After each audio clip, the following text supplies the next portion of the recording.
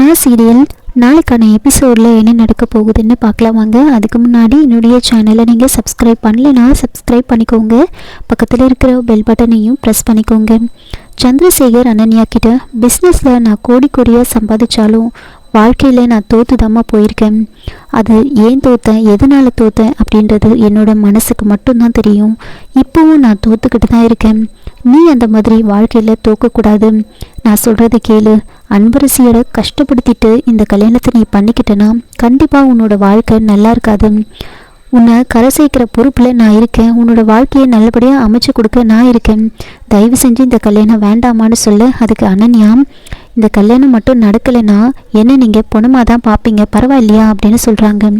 இன்னொரு பக்கம் ராமச்சந்திரன் எப்படியோ ட்ரை பண்ணி எந்திரிச்சு நின்று அங்கே போயிட்டு எல்லாருக்கிட்டையும் உண்மையை சொல்லணும்னு எந்திரிச்சு நிற்கிறாரு. அப்போது திலகா அவங்கள பார்த்துருவாங்க. திலகா எவ்வளவோ ராமச்சந்திரன் தடுத்து பார்க்குறாங்க. ஆனாலும் ட்ரை பண்ணி ராமச்சந்திரன் ரூமை விட்டு வெளியில் வந்துடுவார். வெளியில் நடந்து வந்துட்டுருக்காரு.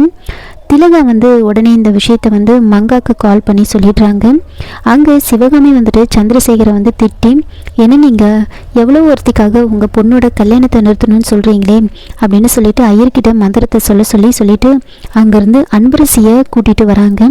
அன்பரசியை கூட்டிகிட்டு வெளியே போக சொல்லிட்டு சிவகாமியும் நேராக ரூமுக்கு போகலான்னு போயிட்டுருக்காங்க.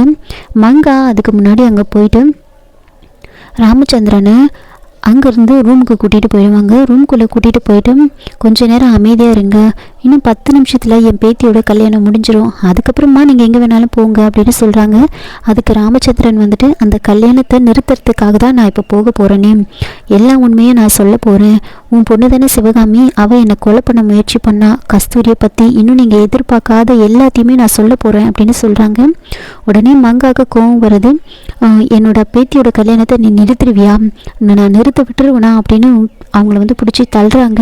ஆனால் அதையும் மீறி அவர் தள்ளி விட்டுட்டு போகிறாரு. ரூமை கதவு திறக்கும் போது கரெக்டாக சிவகாமி அங்கே நின்றுட்டுருப்பாங்க. சிவகாமி கையில் கட்டையோடு வந்திருப்பாங்க. அவரை தலைமையிலே அடிக்கிறாங்க. அடித்து ரூம்குள்ளே திரும்பவும் கூட்டிகிட்டு வராங்க.